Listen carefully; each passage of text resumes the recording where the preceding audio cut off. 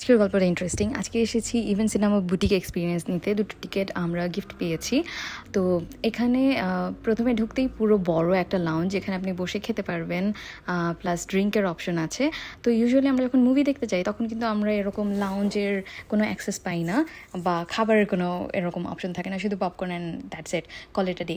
তো এটা অ্যাকচুয়ালি খুবই নিউ এক্সপিরিয়েন্স, আমার খুবই ভালো লেগেছে। ভেতরে প্রথমেই একটা লাইব্রেরি ছিল এবং লাইব্রেরি পরেই থিয়েটার।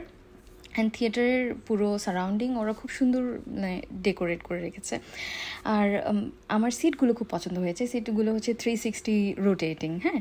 আর দুজনের সিটের পাশেই ছোটো ছোটো সাইড টেবিল, অ্যান্ড সাইড টেবিলের উপর ছোটো ছোটো ল্যাম্প ছিল। আর আমাদের খাবার অলরেডি চলে এসেছিলো, ওরা অ্যাকচুয়ালি এসে খাবার দিয়ে যায়। অ্যান্ড আমরা ওখানে থাকতেই ড্রিঙ্ক অর্ডার করেছি, স্প্রাইট আই গেস, বিকজ আমরা ভুলে গিয়েছিলাম অর্ডার করতে। তারপর ভাবছিলাম যে আই এম সো গ্রেটফুল এই একটা সুন্দর এক্সপিরিয়েন্সের জন্য।